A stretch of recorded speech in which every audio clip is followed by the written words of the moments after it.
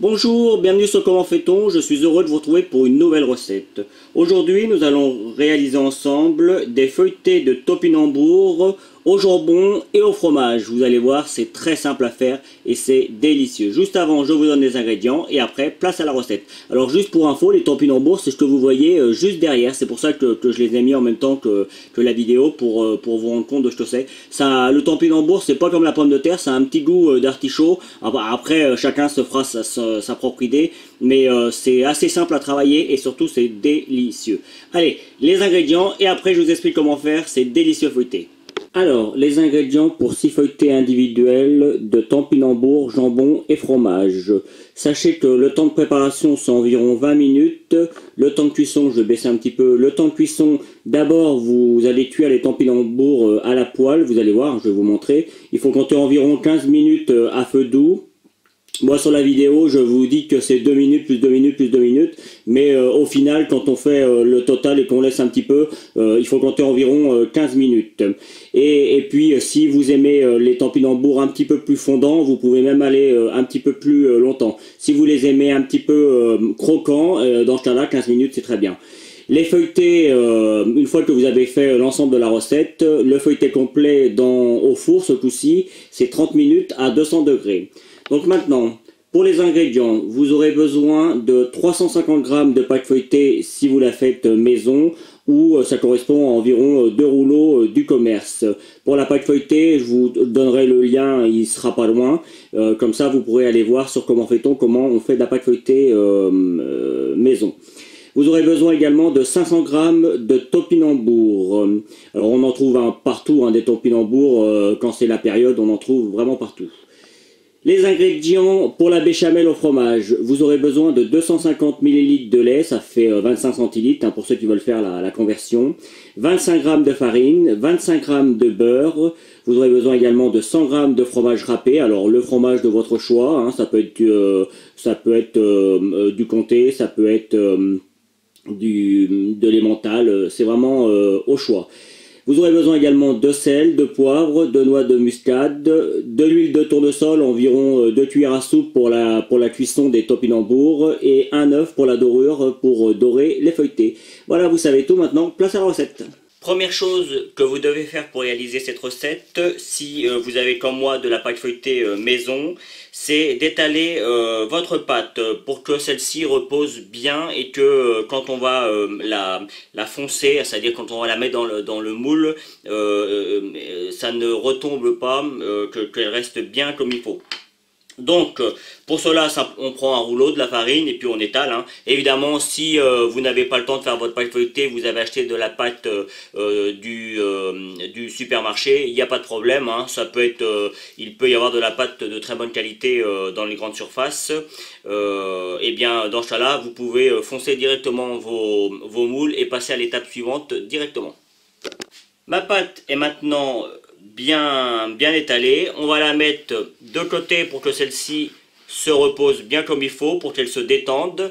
Et pendant ce temps-là, on va éplucher les topinambours. Alors moi, je l'ai déjà pris un petit peu d'avance, je l'ai déjà fait, mais vous pouvez le faire. Et puis surtout, on va les découper et je vais vous montrer comment faire. Comme je vous le disais, j'ai pris un petit peu d'avance, j'ai épluché les topinambours et puis je les ai coupés en petits dés. Alors j'en ai gardé un pour vous montrer comment faire.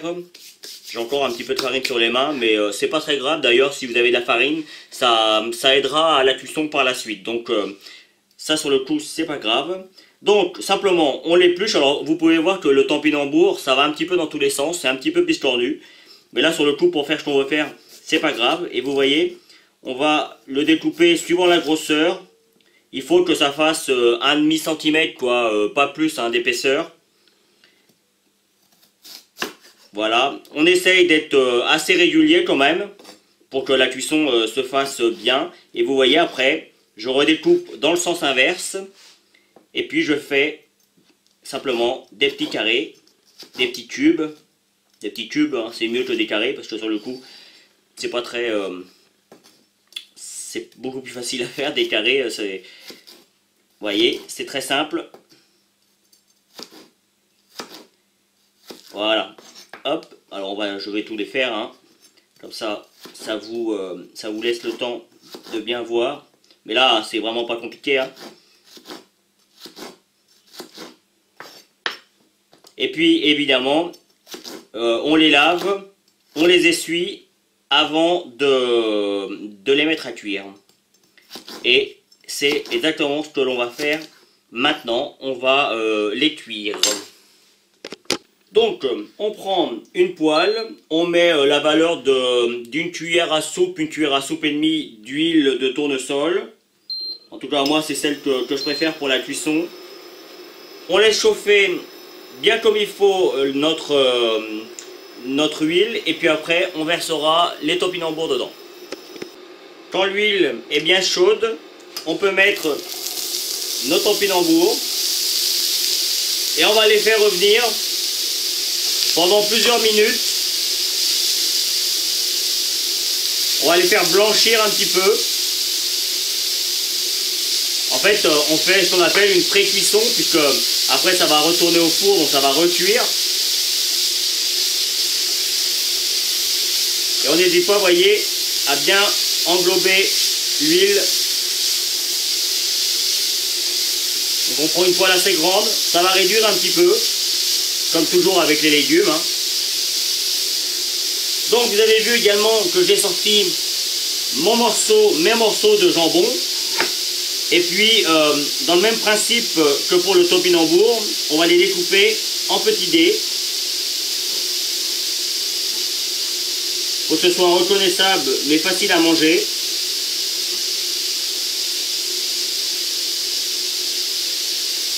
Voilà, alors je ne sais pas si on me voit bien. C'est le désavantage de tout faire tout seul, c'est qu'il faut faire la cuisine et regarder la caméra en même temps. Donc vous avez vu, il n'y a pas de difficulté, on fait des petits carrés simplement, hein.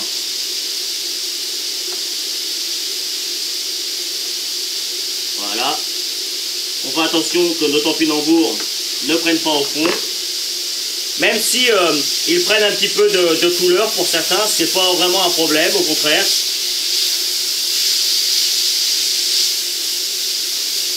Allez, on va laisser cuire encore 2 petites minutes et on y rajoutera les morceaux de jambon.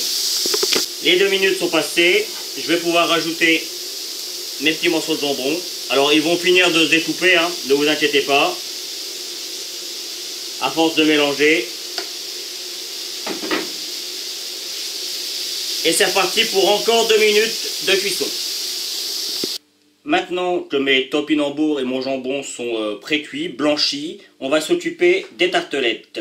Alors, vous allez voir, il n'y a pas de difficulté particulière. Si je retrouve mes emporte-pièces. Donc, personnellement, moi je vais utiliser des moules qui font 9 cm de diamètre. Donc, pour avoir également les rebords, je vais détailler 4 emporte-pièces, enfin 4 morceaux de pâte avec un emporte-pièce de 11 cm. Et comme on va mettre un couvercle dessus, je vais également détailler 4 morceaux avec un emporte-pièce de 9 cm de la même taille que mon moule. Sachez que moi je vais les faire avec un moule, mais on pourrait les faire directement comme ça, hein. D'ailleurs je vais essayer de vous en faire un pour vous montrer que c'est largement possible. Donc pour détailler, eh bien, il n'y a pas de difficulté, hein. La pâte est bien reposée. Alors juste une chose, on va prendre une fourchette avant de détailler, de façon, surtout pour la pâte feuilletée qu'il y a dessous. On laisse un petit peu pour celle qu'il y a dessus, parce que même si elle gonfle un petit peu, à la limite c'est pas grave, ce sera joli. Mais par contre celle de dessous, il ne faut pas qu'elle gonfle. Donc on peut se permettre de donner des petits coups de fourchette comme ça. Alors si vous avez un petit rouleau qui fait des petits pics, bah là c'est génial, ça prend moins de temps. Mais bon, la majorité d'entre nous qui cuisinons, on n'a pas ce genre d'outils que l'on trouve dans les grands commerces ou alors dans les grandes cuisines. Donc, on reprend nos emporte-pièces et puis, voilà, simplement, hein, on vient détailler nos morceaux. Voilà, alors là, ça c'est pour les grands. Et puis, idem pour les petits, vous voyez. Alors, je vais me mettre là, comme ça, on fait en sorte que je puisse en faire 2, un petit peu plus bas. Voilà. Voilà. Donc, juste pour vous montrer maintenant, je vais décaler ça un petit peu. Je vais vous montrer comment on les fonce. Alors on appelle ça foncer hein, en termes, alors c'est pas très joli, mais en fait foncer ça veut dire quoi? Ça veut dire simplement que on les met dans le moule et on leur donne la forme. J'ai changé un petit peu l'axe de ma caméra pour que l'on voie bien. Donc simplement au début on met comme dans une tartelette normale et puis simplement vous voyez alors au préalable, j'ai beurré mes moules, hein, et puis vous voyez, moi, c'est des moules qui peuvent se démouler comme ça. Il suffit d'appuyer sur le fond et hop, tous des moules sans problème. Donc c'est pratique. Il suffit d'appuyer sur les bords et en même temps qu'on appuie sur les bords, on relève un petit peu. Vous voyez, on vient pincer et on relève un petit peu de façon à ce que l'on puisse venir coller l'autre morceau sur la partie qui est relevée. Mais je vous montrerai, hein, ne vous inquiétez pas. Vous voyez ? Plus on appuie, plus ça monte et plus on pince. Voilà, c'est ce qu'on appelle foncer une tartelette. Donc je vous remonte, mais ce coup-ci rapidement. Hop, on fait en sorte de bien la mettre partout, que ce soit équitable. Et puis là, je vais faire façon rapide.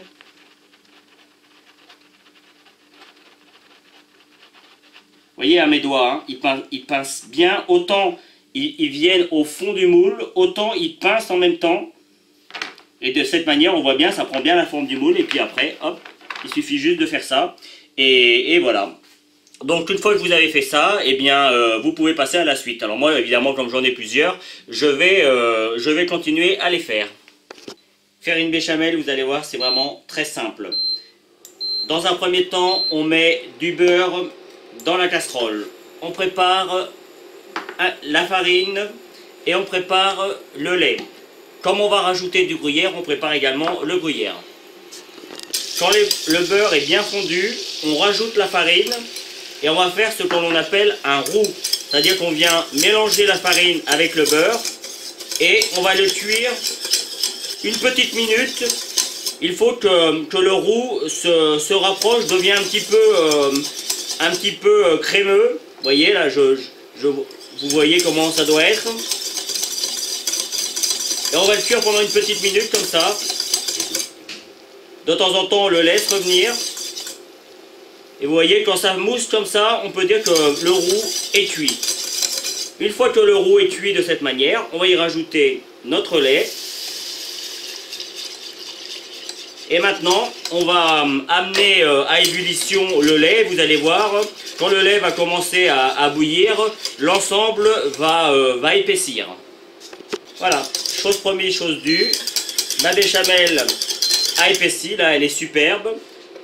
On va pouvoir éteindre le feu, pas besoin de faire chauffer beaucoup plus. Éventuellement, on rallumera un petit peu quand on va rajouter le fromage. Dans un premier temps, on va poivrer. Alors on fait attention parce que faut pas en mettre de trop et on fait attention également que notre fouet il ne s'en va pas. Ça c'est les aléas du direct, ça arrive. On va mettre un petit peu de muscade, hein. Dans toute béchamel on met toujours un petit peu de muscade. Après n'en mettez pas si vous n'aimez pas ça, hein. Et puis on va mettre également du sel évidemment. Voilà. Hop, on mélange le tout. Alors on a une superbe odeur de muscade, c'est un véritable délice. Et par la suite on rajoute le fromage. Alors encore une fois, il y a des légumes évidemment avec les topinambours, mais j'ai jamais dit que c'était une recette light, hein. Ça c'est idéal par exemple pour un soir, vous faites une petite recette comme ça avec une petite salade, éventuellement une petite soupe. Et voilà, vous avez un repas complet. Vous avez du lait, vous avez de la viande avec le jambon, vous avez des légumes avec les topinambours, même si on pourrait peut-être considérer que le topinambour c'est plus un féculent, mais ça ressemble plus, le topinambour ça ressemble un petit peu à l'artichaut, enfin c'est différent de la pomme de terre en tout cas, donc on peut le considérer comme un légume. Voilà, donc maintenant je vais transvaser tout ça dans un grand saladier pour pouvoir ajouter également justement les topinambours et le jambon. j'ai donc transvasé, comme je l'ai dit, ma béchamel avec le fromage, hein, une béchamel au fromage. Et puis, je vais également transvaser mes légumes et mon jambon. Et puis, simplement, on va mélanger le tout. Vous avez vu, hein, c'est pas compliqué. Alors, comme toujours en cuisine, il y a de la préparation, il y a quelques étapes, mais franchement, n'importe qui peut réussir ce genre de recette. Hein. C'est vraiment, vraiment facile. Voilà, je vais mettre ma poêle derrière. Et puis simplement, vous voyez, je vais venir englober ma béchamel au fromage avec mes légumes, tout simplement.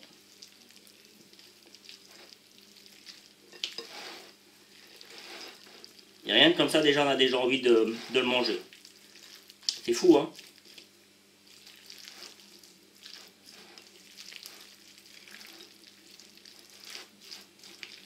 Bien, une fois que tout est bien mélangé, je ne vais pas mélanger la totalité parce qu'il faut encore mélanger pendant une petite minute. On va reprendre nos tartelettes et on va mettre la préparation dans nos tartelettes. Donc, comme je le disais, on reprend nos tartelettes, ou plutôt là sur le coup ma tartelette, et puis on va venir la garnir. Il faut que ce soit assez copieux quand même. Il faut remplir quasiment au ras-bord, hein, qu'on puisse juste rabattre un petit peu nos bords de pâte pour qu'on puisse venir coller le deuxième morceau. Voilà. Là, comme ça, c'est bien. Voilà. Voilà, encore un petit peu. Voilà. Là, c'est parfait. Ce qu'on fait après, moi, je viens rabattre un petit peu les bords, comme ça. Vous allez comprendre après pourquoi je fais ça. Je vais venir mettre un petit peu de dorure. Hein. J'ai fait une petite dorure, simplement, c'est un œuf que j'ai battu. Hein. Simplement, je vais venir mettre sur les côtés pour que ma pâte se colle bien comme il faut. Et puis simplement, vous voyez, je reprends mon petit morceau de pâte et je viens le coller sur celui qui est déjà présent. Tout simplement, c'est pas plus compliqué. Hop. Je tire un petit peu, on tire un petit peu si ça fait pas tout à fait le... Vous voyez, hein, la pâte c'est un petit peu extensible, hein, pas trop non plus, mais on peut se permettre de jouer un petit peu dessus. Voilà. Et puis, dernière petite étape, on a besoin d'un petit couteau. En fait, on va dorer avant quand même. On va juste lui faire un petit dessin, quelque chose de joli. Hein. Après, vous pourriez juste dorer, hein, ça pourrait suffire. Moi, je vais m'amuser à faire un petit quadrillage, hein, par exemple. Avec le dos du couteau. Vous voyez, comme ça. Pas plus compliqué. Hein. Et puis, c'est ça que je voulais faire. On va faire un petit trou au milieu. Hop, de façon à ce que quand ça va cuire, que toute la vapeur qui est à l'intérieur, ça puisse s'échapper. Et pour que le trou ne se ferme pas, on va y rajouter un petit bout de papier. Alors c'est juste du papier de cuisson. Hein. Vous voyez, ça va permettre à notre vapeur de s'en aller par là. Il suffira juste de l'enlever à la fin de la cuisson. Voilà, c'est terminé. Il n'y a plus qu'à faire tous les autres de la même manière et à mettre au four. Une fois que vous avez fait tous vos petits feuilletés, c'est parti pour la cuisson. Alors la cuisson, il faut compter environ 20-25 minutes à 200 degrés. Mais je vous donnerai le temps exact que ça aura mis dans mon four à moi.